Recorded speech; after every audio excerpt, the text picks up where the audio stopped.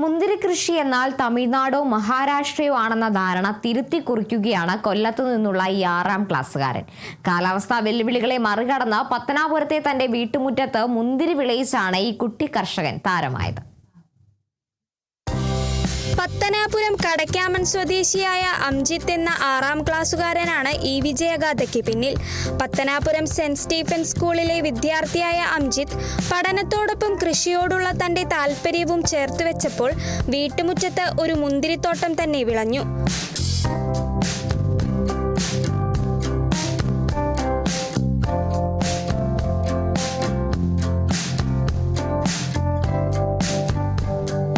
സമീപത്തെ നഴ്സറിയിൽ നിന്നും വാങ്ങിയ മുന്തിരിത്തൈ നട്ടുനനച്ച് കൃത്യമായി പരിപാലിക്കുകയായിരുന്നു. മുന്തിരി വളരാൻ ആവശ്യമായ അന്തരീക്ഷമൊരുക്കാൻ ജൈവവളങ്ങൾക്കൊപ്പം പുതുമയുള്ള ഒരു പരീക്ഷണവും അംജിത്ത് നടത്തി. തണുത്ത കാലാവസ്ഥ മുന്തിരി കൃഷിക്ക് പ്രധാനമാണ്. ചാണകത്തിനും ചാരത്തിനുമൊപ്പം കാലാവസ്ഥ അനുകൂലമാക്കാൻ തൈയുടെ ചുവട്ടിൽ ഐസ് കട്ടകളിട്ടാണ് അംജിത്ത് ചൂടെന്ന പ്രതിസന്ധി മറികടന്നത്. നമ്മൾ സാധാരണ ഇത് കാണുന്നത് മഹാരാഷ്ട്രയിലെ രത്നഗിരിയിലും പിന്നെ നാസിക്കിലും ഒക്കെയാണ്. തമിഴ്നാട്ടിലും കമ്പന്തേരിയിലും ഒക്കെ ഉണ്ട്.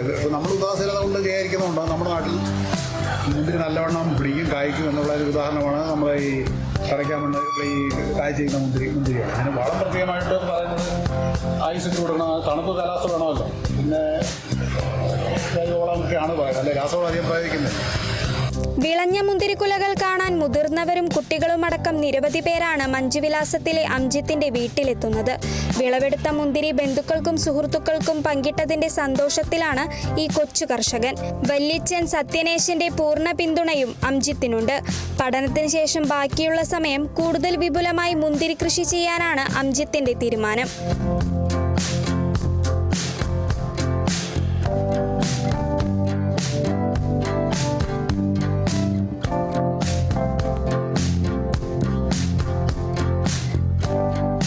കേരള വിഷൻ ന്യൂസ്, കൊല്ലം. നിങ്ങളുടെ പഴയ സ്വർണത്തിന് ഏറ്റവും കൂടിയ വില അല്ലേ? അതെ. 22 വർഷത്തെ പാരമ്പര്യമുള്ള 50-ലേറെ ബ്രാഞ്ചുകളുള്ള നിങ്ങളുടെ സ്വന്തം അച്ചായൻസ് ഗോൾഡ്.